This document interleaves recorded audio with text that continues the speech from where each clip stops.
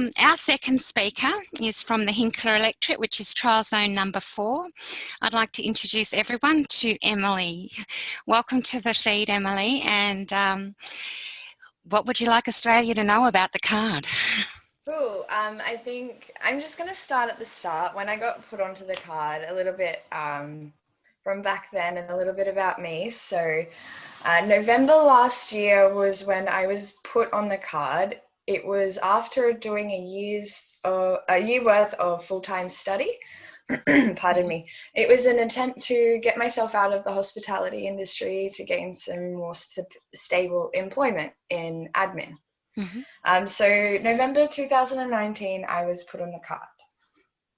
One of the very first times I felt stigmatized by the indue card was so very early on. This was pre-COVID, so I was getting $40 a day income. So with that sort of money, I couldn't afford food, I couldn't afford a lot of things. So there was a special occasion, I think it was a birthday, something like that, where I had a little bit of money aside and I decided to go out to coffee with my mum.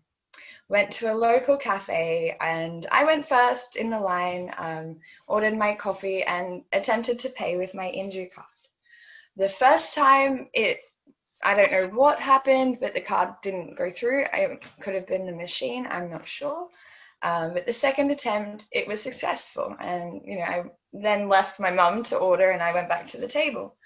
A few minutes later, my mum comes back just irate.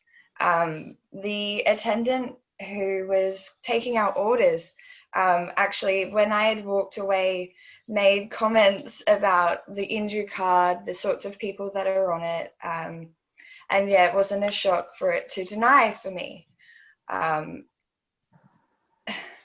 was a giant slap in the face and a big reality check to what life on the indue card is like. So another time I felt really, so dating on the indue card, it's when you go, like, I went on a date with a guy, I'm just gonna get it out there. And I had my bank card. I didn't use indue because I was too ashamed. I didn't take it. I didn't pay with my card. When it was like coffee date again, paying for coffees. And he was on the indue card. That actually opened up a really great conversation, but it's that there was such a hesitance to open myself up to somebody I didn't know, someone I was getting to know, and immediately they know I'm unemployed, they know I'm disadvantaged, I have low income. So it was definitely another point of intense confrontation. And mind you, this is all, I didn't have very good mental health to begin with. When the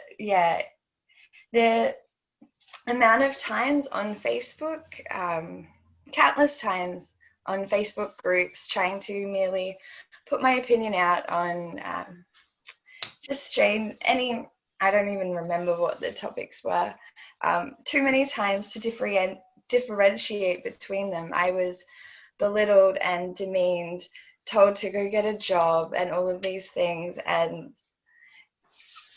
it's, yeah. Emilie, how do you feel when someone tells you to just go get a job? At this point, I have a job now. 2 months ago, I got a job. So I have been unemployed for 9 months since my study. I have been for every job interview I have been allowed to go to. I have applied for every job that I can get my resume to. I am a passionate, driven young person that I don't want to be out of work. I did as much as I could. So when I have a random stranger on Facebook commenting, telling me that I should just go out and get a job, they don't understand how much effort on a day-to-day basis that I put in. I volunteer. I do so many things to make myself more employable. And every time I get I go for an interview and I get turned back, knocked down. That's another severe mental health hit. You know, it's another shot to my self-worth. You set yourself up to, you know, think about how you're the best person, how you're going to make the best employee. And yeah, it's debilitating, you know. You are working now? Yes. And you're So still on a card now? I am underemployed, still on a payment, still on indue. Okay. The next topic I would really like to touch on is the rent issues that I had with indue. So just so everybody who's not on indue knows, with your rent, it is put on a 28-day cycle, so the 2 weeks. I have never once, previous to being put on indue, I have never once been late in paying my rent. Just keep that in mind. So I can't even remember the amount of times indue has made me late. I have lost count of how many times my rent has been paid late due to indue. So were I to report late, human error, I guess, yes, my part, I report 1 day late, it sets my payment back 1 day late, my rent payment's cancelled. I have to phone indue and reschedule my rent payment. So that being said, that's human error.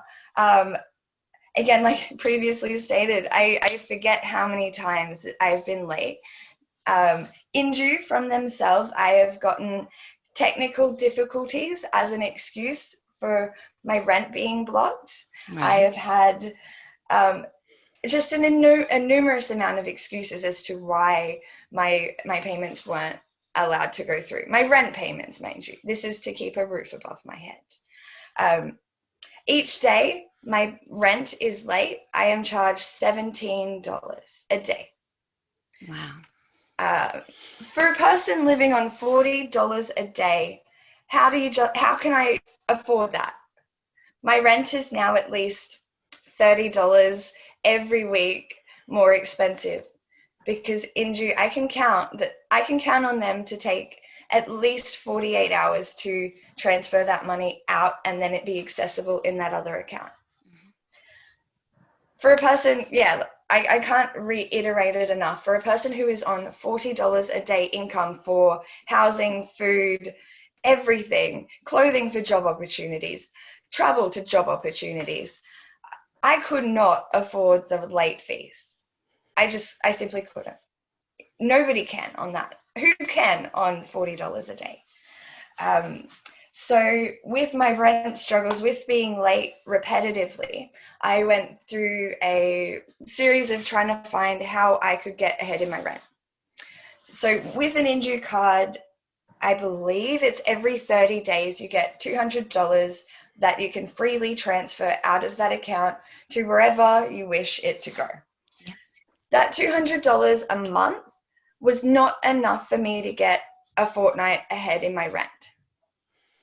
I went through CenterPay and spent 3 hours on the phone with an employee there who had no idea what indue or a cashless debit card was. I had to explain what the trial was, where my region was, what indue was, that 80% of my money is sequestered into a separate account. She had no idea. I spent 3 hours going back and forth with her and her manager to get no result. I live in a share house with 3 other adults. CenterPay's system is I would have to pay the entirety of the rent, the 3 adults, to have them take it out of my account first. I simply cannot afford that. I can't do that. I can't trust the other housemates to pay me on time. That situation just doesn't work for a young person in a share house. No. It just doesn't work.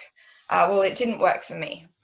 So going through on how to get ahead in my rent, I called indue and I said to them, this is my scenario, this is my situation. What do I need to do to have that money accessed? And the lady told me I would need to get it in written form. just an explanation. My lease, my household lease with my name and the amount was not good enough. That was not enough proof. I had to get a letter from my housemate, which was my mum. She wrote me a letter to tell indue that I needed to get ahead in my rent. At 28 years of age, I had to get my mother to write me a letter.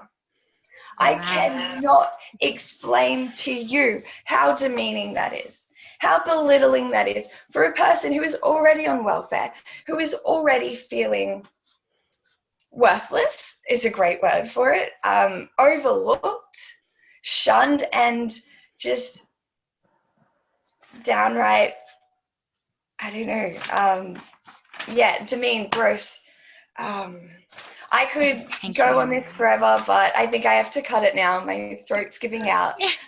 I'll pass it back Thank to you, Emilie. It's amazing hearing your story, and your struggle has been echoed for years on our pages, so many people. But to hear your voice today, to hear you speak as a young person is really profound and really powerful. Can I just say, the destruction of my mental health while I was on indue was just abhorrent. I can't even put into words how worthless I felt. I feel today I still feel worthless.